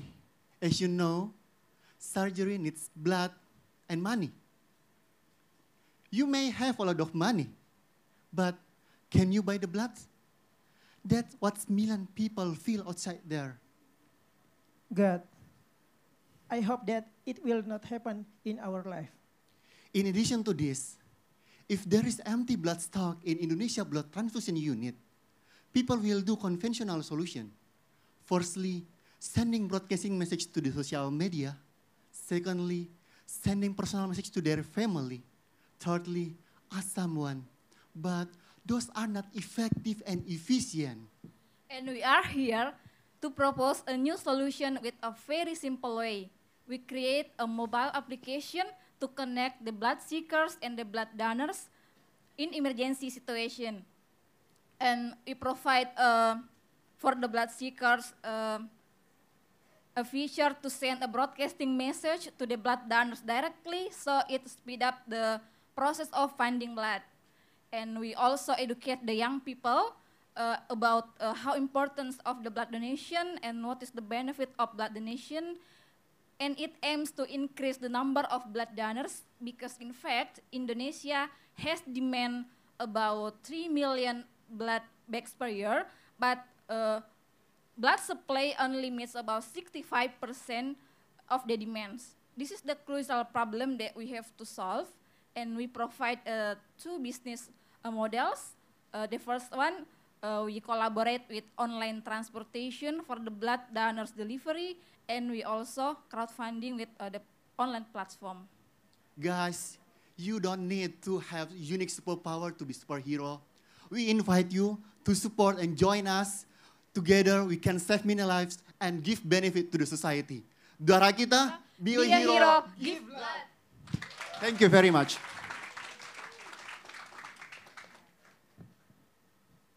Okay, so my question's how do you get the money from the business? As far as I know, we cannot sell blood, right? So it's not allowed. So how do you get the revenue from this? Okay, as my friend said before, we have two business models right now. Blood donor delivery with partnership with online transportation in Indonesia. We will get commission of every dish. We also collaborate in one of crowdfunding platform that we will get commission in every health issue donation.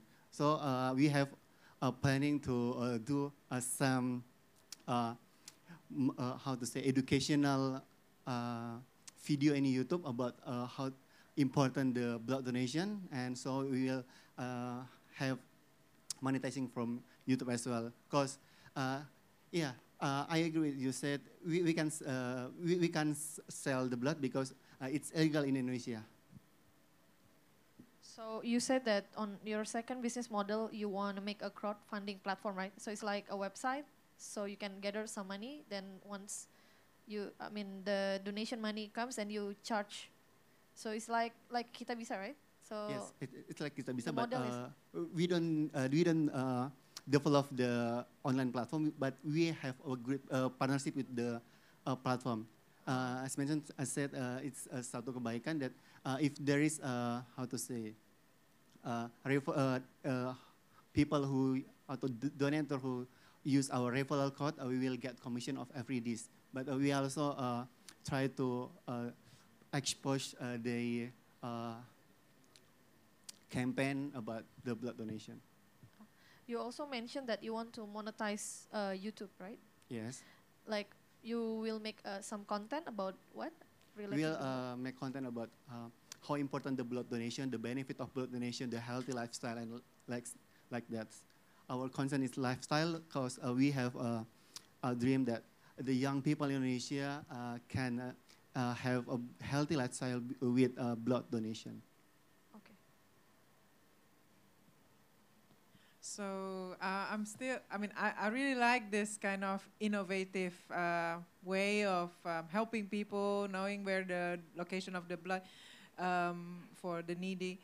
But once they got this information in your app, yeah, so they can go to the blood bank, or how is the mechanism? Is like so that you know that people actually get this information from you and use your referral, and so tell us like how is the mechanism? Indonesian language. Cara menggunakan aplikasi darah kita, mekanismenya adalah pada saat darah yang kita mau cari atau kita butuhkan di rumah sakit ataupun di PMI lagi kosong, sebenarnya harapannya menggunakan aplikasi darah kita. Dengan harapan bahwa pada saat kita berada di kota katakanlah Jakarta dan sudah banyak yang menginstal aplikasi darah kita, itu bisa secara terpusat atau yang terdekat orang mendapatkan jenis golongan darahnya dan di kota yang sama. Setelah katakanlah di rumah sakit itu kosong, dia mendapatkan resi ataupun surat yang diajukan di aplikasi darah kita untuk permintaan darah. Dan nanti itu akan di-broadcast menggunakan aplikasi darah kita. Untuk informasi di darah kita ini kurang lebih ada 4.000 user, tetapi ini tidak akan berguna kalau teman-teman tidak menginstal aplikasinya. Karena kalau seperti yang kita ketahui, WhatsApp, Facebook biasanya orang melakukan permintaan darah, tapi itu hanya hanya angin lalu yang biasanya hanya tidak terpusat seperti itu. In addition to this, if people needs blood, they will sending broadcasting message to blood donors directly using our apps, and the blood donors will get the notification. Afterwards, they will join the group. So they will go to the Indonesia Blood Transfusion Unit to donate their blood, but using the confirmation letter we called RESI from Indonesia Blood Transfusion Unit or the hospital.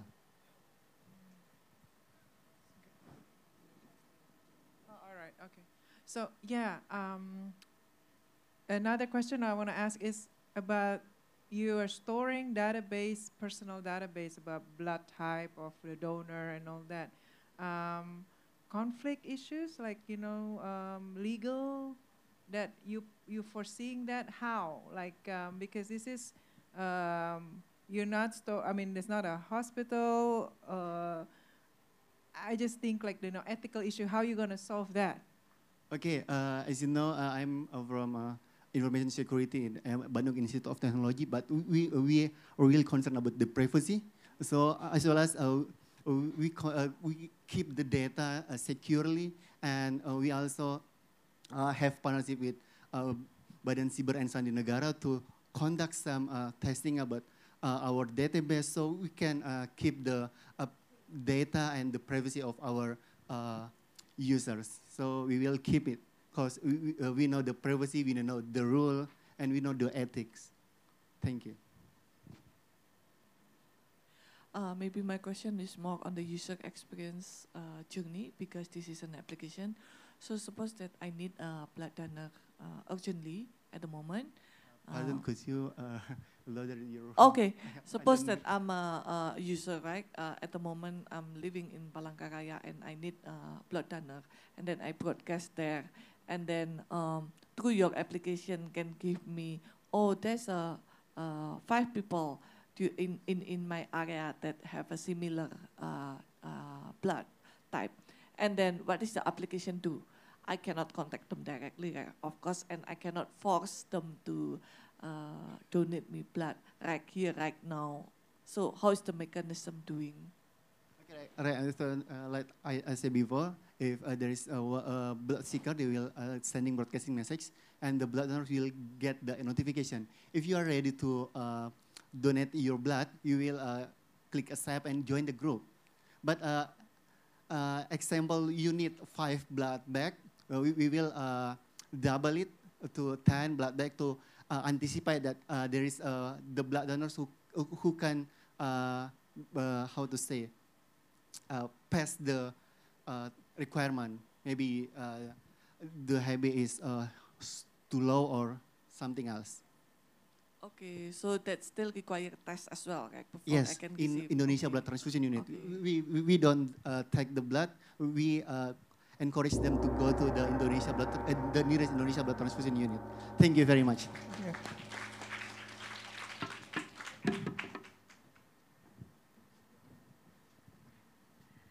Thank you, daerah kita from Makassar, South Sulawesi. Dan yang terakhir, oke, hari ini, the last one, from Kampung Marketer Purbalingga, Central Java.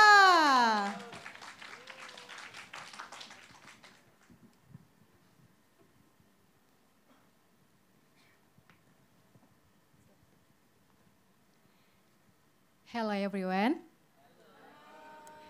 Thank you for the chance that you given to us. We are from Kampung Marketer Purbalingga. By the way, does anyone know Purbalingga? Okay, Purbalingga is one of the district in Central Java.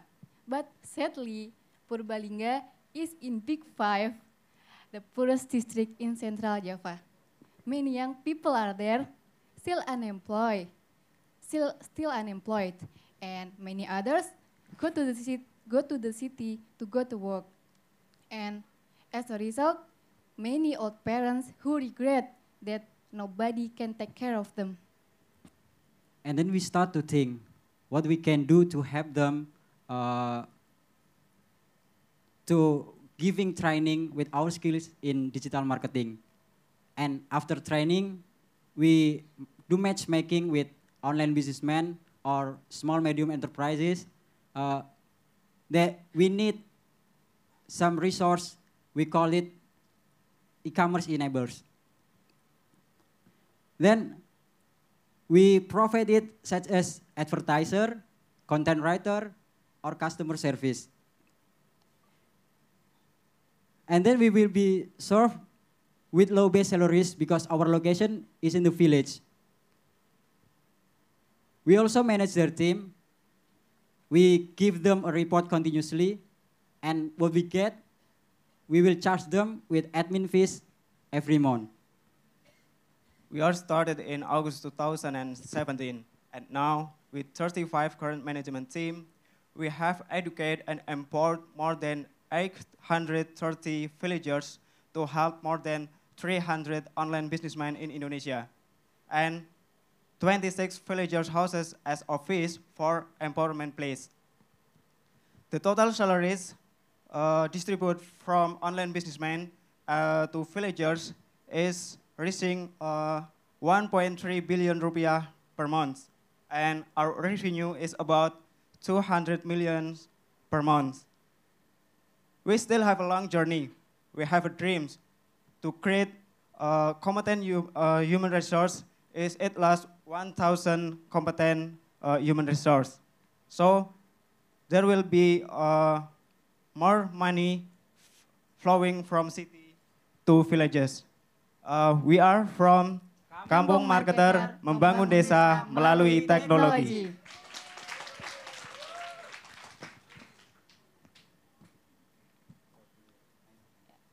Yeah. Okay, thank you for the presentation. This is innovative ideas too. Normally it's from the city to the village, and then this is the way around, and that's why I think it's very innovative. So I wonder, like, you managed to train 800 villagers, yeah, and are they now employed already, yeah? So in these 300 online companies, correct? Mbak bisa minta tolong ditranslate. Jadi kan kalian tadi bilang bahwa kalian sudah train lebih dari 800 warga desa. Apakah mereka semua ini sedang bekerja untuk 300 bisnis online itu, atau apakah ada yang di-train lalu tidak bekerja atau gimana? Oke, untuk angka yang telah tadi kita sebutkan itu semua sudah bekerja di 20 kantor Kampung Marketer yang sekarang sudah tersebar di sekitar 8 desa di sekitar kami, yang berawalnya sebenarnya cuma satu desa, tapi karena semakin lama permintaan semakin meningkat, jadi semakin lama bertumbuh menjadi 20 kantor sekarang, seperti itu. Dan untuk saat ini kita terus melakukan pelatihan kepada para pemuda desa, yaitu untuk seperti kayak cadangan untuk misalnya ada permintaan dari bisnis online, kita sudah ada di SDM yang sudah terampil di bidang e-commerce seperti itu. So the 800 people that we have trained are now working in 20 Kampung Marketer offices spread across 20 villages. So they started out in one village, but due to the increasing demand, they have opened different offices, and they also are training more people so that in anticipation of the demand from online businesses. So when they need workers, Kampung Marketer has people ready to take on the challenge. And how do you train them? I mean, how long? And also, are they qualified trainers? And with kind of, yeah. Yang kita lakukan adalah untuk pelatihannya itu sekitar 1 minggu sampai 1 bulan, tergantung dari jenis diklatnya. Untuk misalkan customer service kita 1 minggu, Untuk advertiser kita butuh 1 bulan karena materinya memang dari 0 sampai terlatih. Untuk trainer sendiri kita beberapa sudah ada yang punya sertifikasi seperti Google, juga kita juga punya sertifikasi untuk pendamping UMKM. Seperti itu. Jadi ketika memang setelah diklat mereka belum diberdayakan, itu kita lakukan improvement lagi. Jadi pengembangan lagi bahwa biar mereka semakin semakin siap untuk diberdayakan. Seperti itu. Okay. So the training lasts anywhere from a week to a month, depending on the skill. And some of the trainers are already certified, but going back to the trainees, if after they have graduated the training program, and if they are not employed immediately, they will be given more training, so they'll be even more ready. Tambahan untuk ketika sudah 1 bulan, tapi itu kemudian kita melakukan kayak tes seperti itu. Nah, ketika mereka tidak lulus, mereka harus mengulang pelatihan tersebut. Kemudian biasanya setelah lulus mereka nggak langsung diberdayakan, tapi kita latih dulu untuk jualan produk lain, tapi masih di bawah produk-produk kita. Ketika mereka sudah benar-benar siap, baru kita lepas untuk diberdayakan kepada para pebisnis. So after every training program, they will not be employed immediately. They are given a test, and if they don't pass the test, they're gonna have to repeat the training program. And then if they pass the test, they're gonna be in some sort of probation, selling Kampung Marketers products. And after that probation period, then they will be ready to be employed by other online businesses. So who are qualified to enroll to this program? Whether they at least has to pass the SMP, or that's number one. And then my question is whether you charge a fee, enrollment fee for the student, and then when they are employed, how is the mechanism? Whether the company pay to Kampung Marketer, or they employ them directly. Jadi waktu kalian memilih peserta atau warga-warga yang ikut program ini, apakah kalian ada kualifikasi tertentu? Apakah harus lulus SMP? Apa harus lulus apa? Dan juga setelah mereka lulus dan mereka diberdayakan dari sama bisnis online, apakah kalian ngambil semacam persenan dari hasil kerja mereka atau bagaimana? Untuk rekrutmen SDM-nya kita nggak ada kualifikasi tertentu karena memang fokus kita adalah ke pemberdayaan masyarakat juga, karena di desa itu untuk lulusan sarjana mungkin masih tidak begitu banyak. Cuma ya itu tadi, itu tantangan kita bagaimana merubah dari warga desa dari grade C ke grade A. Itu adalah tantangan kita. Kemudian untuk pelatihan sendiri itu gratis, kita gratiskan. Kita mendapatkan revenue itu dari biaya admin yang dibayarkan oleh para bisnis kepada kamu marketer. Sementara untuk gaji SDM yang diberikan oleh pebisnis itu nggak lewat kami, tapi langsung dari pebisnis ditransfer ke rekening SDM tersebut, seperti itu. So we don't ask for any specific qualifications from the people that we recruit, because the whole point is to uplift the villagers from grade C citizens to grade A citizens, and we get our revenue from the fee that the online businesses pay to us when they hire our trainees.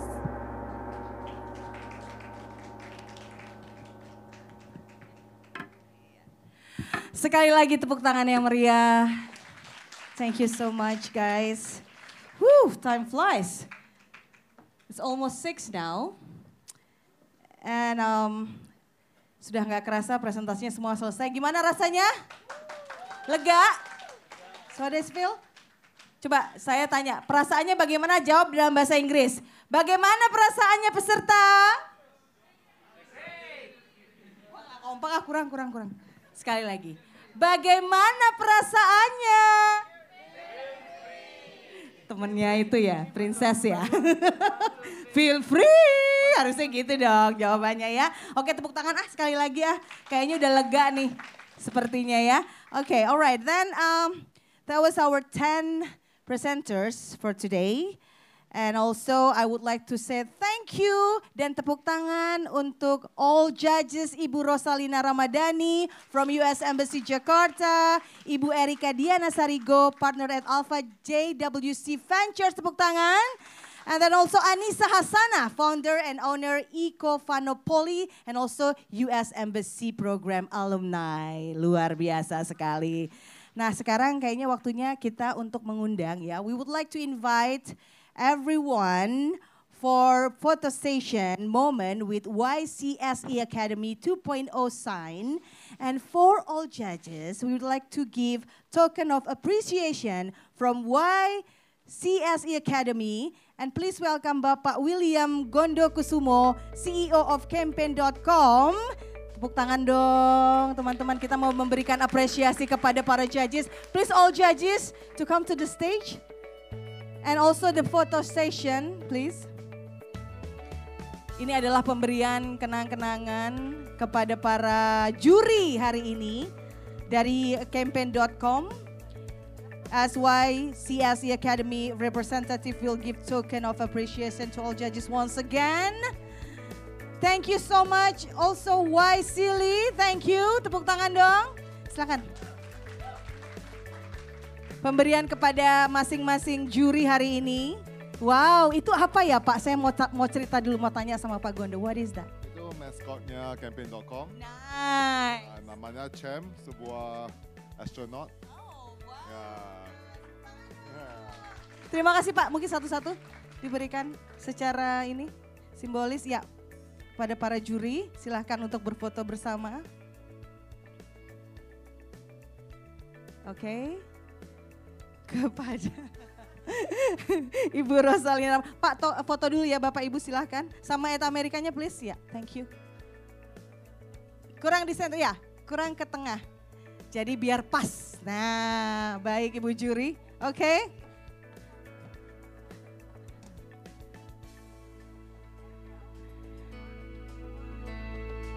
Yay!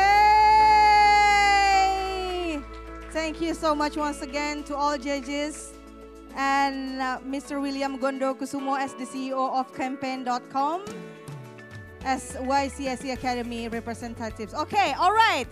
Saya ingin mengucapkan terima kasih juga untuk teman-teman, but don't go anywhere. We will have another session. Oke, nanti kita bakal ada talk show, jadi jangan kemana-mana. Oh, sorry.